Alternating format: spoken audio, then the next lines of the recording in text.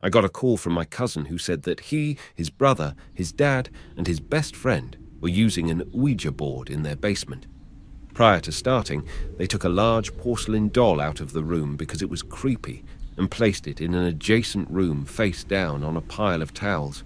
My cousin took a short break because the board was just spouting nonsense, and he went to the toilet. His dad and brother and friend started asking the board questions without him. Being playful, one of their questions was who is in the other room. It just started spouting random numbers, and when my cousin came back into the room, his brother said that it wasn't working. They were about to put it away when they showed him the answer to the last question they asked. My cousin's jaw dropped. "No way! Dude, that's my social security number!" Then they started to talk to whatever started spewing answers out. It told my cousin that he would die in the Air Force. At this point, they told the entity they are communicating with to prove itself. It then spelled out the word doll, and they looked at each other. They opened the door to check on the porcelain doll they had laid in the other room, and when they opened the door, the doll was standing up right in front of the door, staring right at them. Everyone freaked and hurriedly went out of the house. His best friend burned the Ouija board that night, and I think he temporarily went nuts for a few months. My cousin, for some reason, then joined the Air Force and is on a base in Europe now.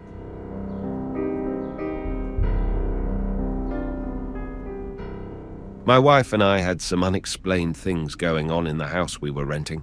We sometimes see flashes or shadows of people out from the corner of our eye, a few whispers in the middle of the night, and a feeling of cold and dread, things like that. So we got a Ouija board so we could try to figure out what we were dealing with. That was a terrible idea. The board was just a standard plain board. We used it one night to speak with our spirit, hopefully.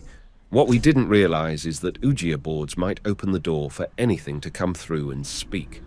The looking piece flew off the board near the end of our session, and we had no real answers to anything.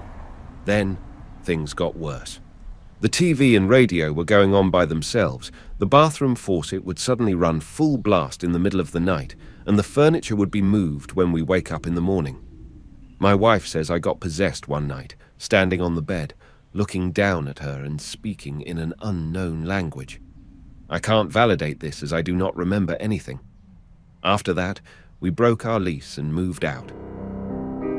Please drop a like and subscribe for more scary stories. When I was little, my mum took out an Ouija board and asked my brother and I if we'd like to play with it. It started out pretty funny. Someone was obviously moving the thingy, making words like poop and stuff like that. But then my mum said, "Let's get serious and try to contact someone." Here is where it gets weird. A friend of hers had recently gone missing. He'd been missing for a month or so, and nobody knew where he was. When we asked who it was we're talking to, it spelled George. When we asked George if he was my mum's friend, he said yes. My mum got visibly upset and asked where he was. It spelled in a lake. Then it spelled cold and dark afterward. It was extremely upsetting, and we stopped immediately. Mum tried to be light-hearted about it, and since I was young, I believed it was no big deal as well. About a week later, they found George's body. He'd been hit by a car on some bridge, and his body fell into the nearby lake. It was a reasonably remote place, so nobody had found him for a while.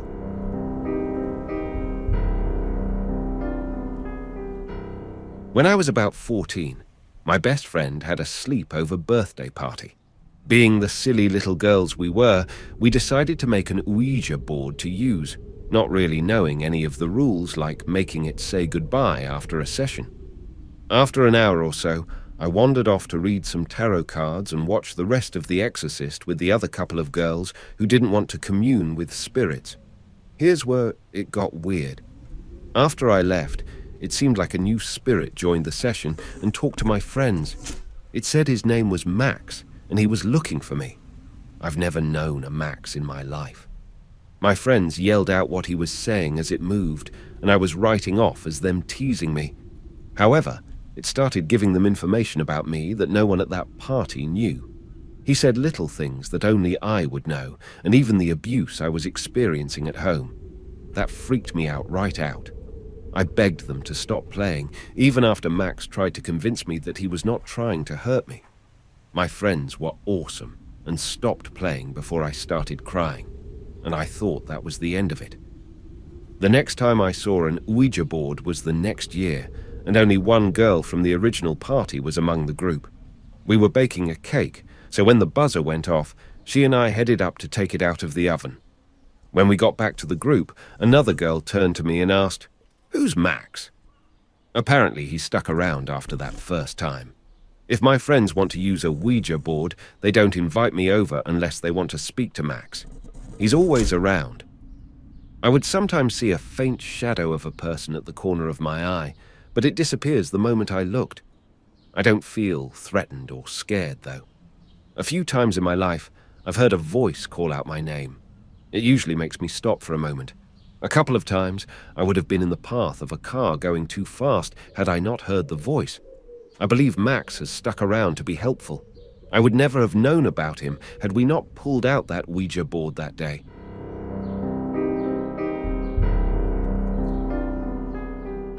When I was 13 or 14, I was spending a night at a friend's house. We were goofing around with the Ouija board with him and his sister, and we were getting all sorts of gibberish plus words spelled out. We're just kind of scaring ourselves for fun and not taking it seriously when we got the message, "I can see you through the window." We paused for a bit, looked at each other, and continued. Then we got a message like, "I can see you through his eyes," or something like that. There was just a small window in the basement room where we were, and there's just the backyard and woods past the driveway visible through that window. We asked it more questions and it said, "I'm under the car." So we somehow got up the nerve to go out with a flashlight and peer under the car. There we saw a huge black stray cat which was hissing. We ran inside, freaking out, and at that exact moment, the power failed and all the lights in the house went out. We just about actually shit ourselves. A few minutes later, the power came back, and we sat up until dawn that night scared. We never played with the board again.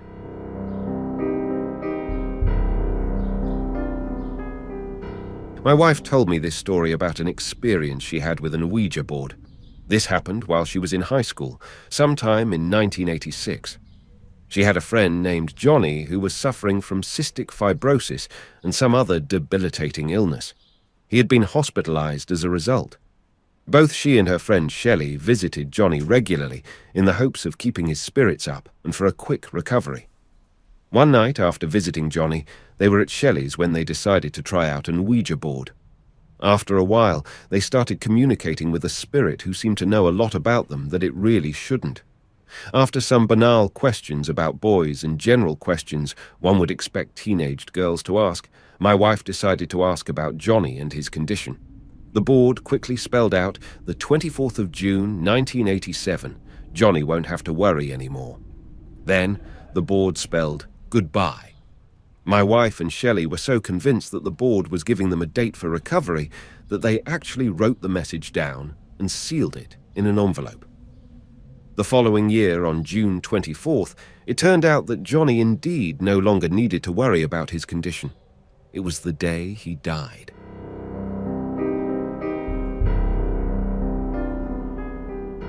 I always thought these things were a load of crap. However, this changed years ago when I did it once with some random people at a get-together. We were talking to all sorts of different spirits, and I wasn't taking any of it seriously. Then I thought of a way to put this to the test. I'm Kuwaiti American and was born in Kuwait, so I know Arabic and knew of a friend of my brother that passed away recently, so I asked to speak with him. Now, only one person knew me at the get-together, and even then didn't know that much about me. I was very likely the only one who could speak Arabic, as I was in Oklahoma at the time. So I asked in Arabic how he died. The board spelled out car crash. I was a bit shocked, but still didn't buy it completely. So I asked a more detailed question. I asked in Arabic how old was he when he died. It pointed to 1 and then 3. That's when I started really freaking out. No one would have ever known of these details, let alone understood what I was asking. I asked for more details on the crash. The board answered that he flew out of the sunroof, and after that I stopped. I haven't touched a Ouija board since. Your support means a lot to me.